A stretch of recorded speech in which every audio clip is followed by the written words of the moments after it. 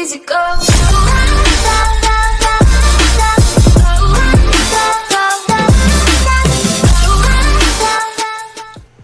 What is going on, guys? Great Toys. I'm here back with another video on the channel, and guys, today I'm going to be doing something a little different, and I wanted to go over the new Batman movie that just released about a few days ago. Now, I personally love the movie, but today I'm going to be giving a full-on major spoiler review. So if you haven't seen the movie for some type of reason, I would just click off right away or go to a specific part in the video that you want to watch that maybe doesn't have spoilers or does have spoilers. I'll put timestamps in the description down below for whatever part you guys want to watch. But like I said, it contains major spoilers. So 3, 2, let's get right into it. So I saw the Batman on opening night, March 4th. I think that's the day. I don't remember. I think it was March 4th on Friday night. I saw it with a few buddies. We all had a blast. But the thing is I was going in there to really try to embrace the new series in the Batman genre, because this is the first solo Batman movie that we've had in over a decade, and of course I had very high expectations for it. You know, it was done really well. I love the plot. I love the way that I love the acting.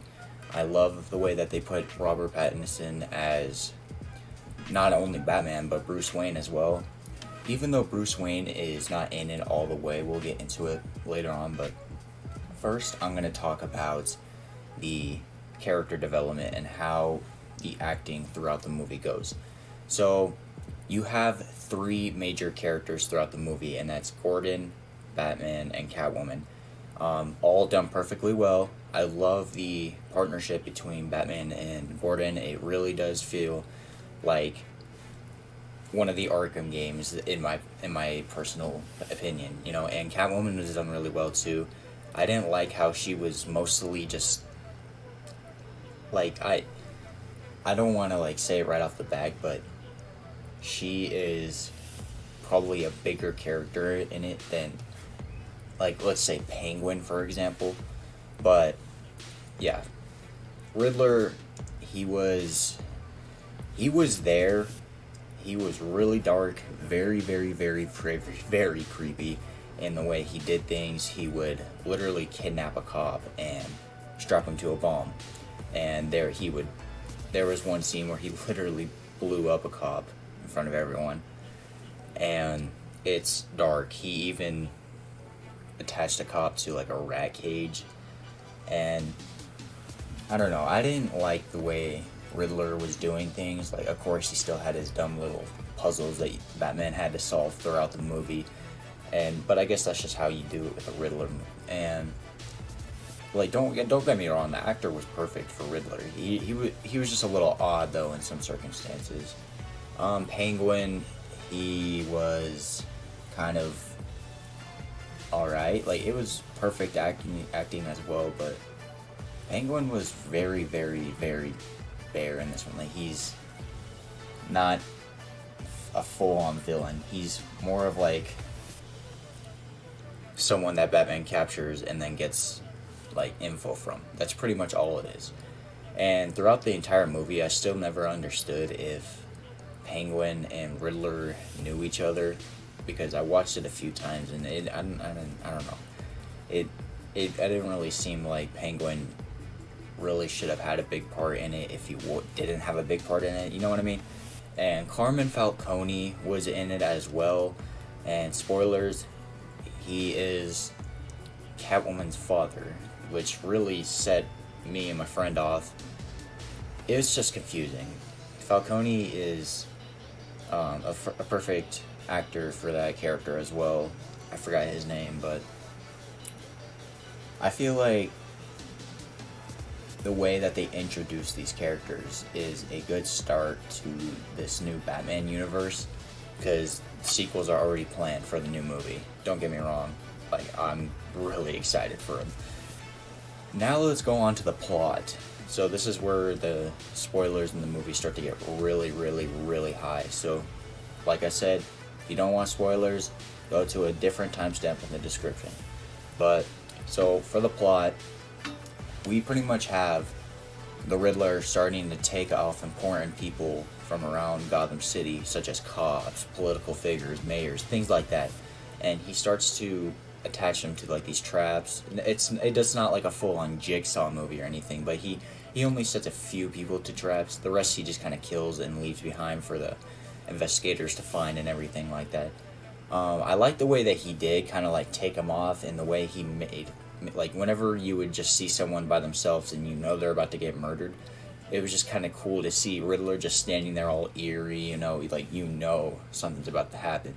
And sometimes like when you're in the middle of an alley, like, and you're looking at a character, you're just like, oh great, okay. But then you start to realize that the camera's point of view is from Riddler. It's Riddler's POV, and it really starts to build that sense, like the suspense inside of you, and that's what really gets you excited about this stuff. So anyway, he pretty much starts taking all of these things off. Apparently this is like Batman's second year in crime fighting, so Gordon and the cops, they already know that Batman's in the city. They know he's a vigilante. No one knows who he is yet. But Gordon and him do know each other. They work together really well. I love it. They have an awesome partnership. And yeah, so they're pretty much just working together. And then he eventually meets Catwoman, Selena Kyle, and they end up trying to track down people that are interested in Riddler and know who he is, but don't know how he does things. And I feel like another good thing about the plot is, like, you don't know what's going to happen. It's really unpredictable, and that's what made the movie really good in one of my opinions. But the other half is very, very weird. Like it's unpredictable, but some things that happen is just odd. And like, such as finding out Catwoman was Falcone's daughter. It's not something that you would expect, Well, like, honestly, I don't mind personally, but I guess it just happens. And Penguin being there, being kind of like a sidekick of Falcone, part of the mob, he doesn't really help too much in the plot aspect. So yeah, Penguin being there was really, really bare. Let's see. So yeah, Riddler kind of disappears throughout the second half of the movie, and he returns in the third act. And yeah, but I think the part that really set me off is when you're trying to really finally, like, come together with all these characters, and then they all just start dying right off the bat. Like, Falcone dies, Penguin just disappears for a while, Riddler definitely disappears for a while. So then, like, half of the movie is just Catwoman, Batman, and Gordon just trying to, like, find out who the hell this guy is. And I think they changed the Riddler's name, because I think it used to be Edward Nygma, but now it's like Edward Nuia, or I don't know. It's stupid, but they changed the name, and I'm not a big fan of it. I think they call Penguin like maybe 2 times, and the rest is Cobblepot. Batman is called Vengeance by everyone. Yeah, I don't think he's been called Batman once by anyone else besides himself. He's like, tonight is the end of Batman. And then, so once they're starting to go through all these things, they eventually realize who Riddler is. Riddler found out who Batman was, and who is Bruce Wayne, obviously. And so they find Riddler in a coffee shop, send him to jail, everything like that. Batman goes there to interrogate him. Riddler actually had a second plan while he was in jail. He planted bombs inside these vans all around the corners of Gotham, where the ocean is, and all the bombs blew up the walls. And my phone's going off. But all these bombs blew up the walls and made a huge flood come in. So pretty much the end of the movie is pretty much Batman, Catwoman, and Gordon trying to stop all these followers of Riddler. Like, literally, they all followed Riddler like a cult or something. Like, they saw him as like a savior. It was weird. But there's like 30 people that dressed up as him, so it was kind of confusing. And Batman's pretty much just going around beating them all up, and he starts to get really, really pissed and almost killed this one dude. And I could have sworn, like, I kind of saw Batman kind of like actually killing some of them, because he kept he wouldn't exactly kill him on purpose. Like, he would block a gun from one Riddler trying to shoot at him and aimed it at the other and shot him. But it may not seem like such a big deal to you guys, but if you don't know, Batman doesn't kill people at all. So it is very odd to see that. But I guess like this movie was supposed to be really dark and different from all the other Batman movies. So yeah, that's pretty much the end of the plot wise. The post-credit scene, let's get into that. So there's not really a post-credit scene, it's just kind of a troll. I'm gonna save that for you guys to see it for yourself. But yeah, before the credits roll, you see Riddler in jail, kind of like, you know, just getting pissed off that he's in jail and everything, and then his cellmate next to him, like in the next cell, is talking. And to this day, I still don't know if it was Two-Face or Joker, because he had like a weird, like you couldn't exactly see his face, but you could see that it definitely looked different.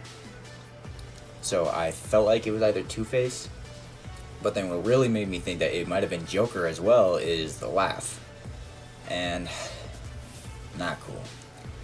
But that's pretty much everything that I have to say about the Batman. I would rate it on a scale from 1 to 10, definitely a huge 9.7 out of 10. It was very, very good, dark, eerie, and the plot was amazing. I really hope they do the sequel as well. Like, you gotta continue a series off of this. Like, it didn't feel like a Batman Begins remake, but it was definitely up there, and it really did well. I would definitely highly recommend to go watch this in theaters while you still can. It is a perfect experience in movie.